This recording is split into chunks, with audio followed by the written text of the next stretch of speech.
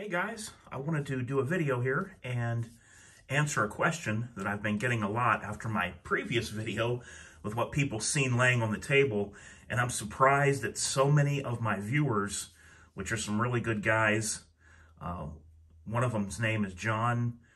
John is the one that asked this question, so I thought I would make a video and just let everyone know. People were asking me, hey, that G45 you got laying there, didn't you just get rid of that? What's going on with the G45? So there are some gun models I like to call boomerangs. The reason I call them boomerangs is because you wing them out there and from time to time, the same model ends up coming back to you. Sometimes back to you in fold. Now, I believe this is my third G45. I know I've had two, but I think I might have had another one early on. I just can't recall. Maybe some of you will remember. But this is either my second or my third G45. So what happened was, guys, I did get rid of the G45 that I had.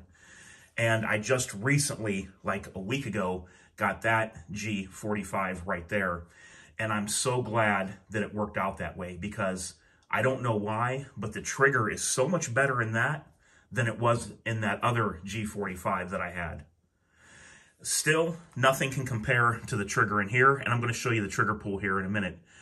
Still, nothing from factory I've ever owned in a Glock can compare to that trigger right there on the G19X. It could just be that it's something with a specific gun. All guns will have just a little bit of a different trigger feel if you really are familiar with the Glock platform and you know what it should feel like. Some will vary.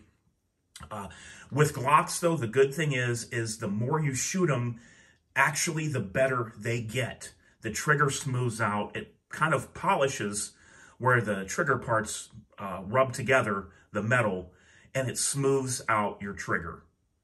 So I've had a lot of people say that these Gen 5 triggers are like having a Gen 4 that's got about 2,000 to 5,000 rounds through it on the same trigger bar, and that trigger has smoothed out. So whatever Glock you have, if you don't like the trigger, enough shooting and training, even dry fire, will help work that trigger in. So this is not the same G45 that I originally had, but I still call it a boomerang because it did, once thrown out, come back to me. So here we go, guys. This has the Ameriglow night sights, as you can see right there. And my favorite is with the red ring around the front tritium night sight. It also has night sights in the rear.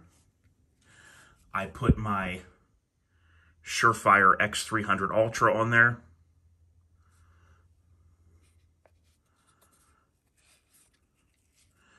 And I'm going to show you what the trigger is like on this one. It is much better than the first one. I do not know why or what would cause that, but it is better.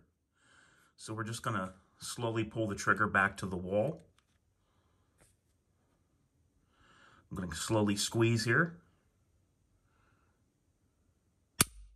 Nice, crisp break with not a lot of over travel. Here's going to be the reset. And the break. Not too bad at all, guys. Not too bad at all. So there it is, guys. That is what is going on with the G45 that you've seen in my last video. And I know not too long ago, you saw that I had a G45 that I said I got rid of. But like a boomerang, not that same gun, but another one of the same model came back into my life. All right, guys, until next time, this is DOF, and I am out.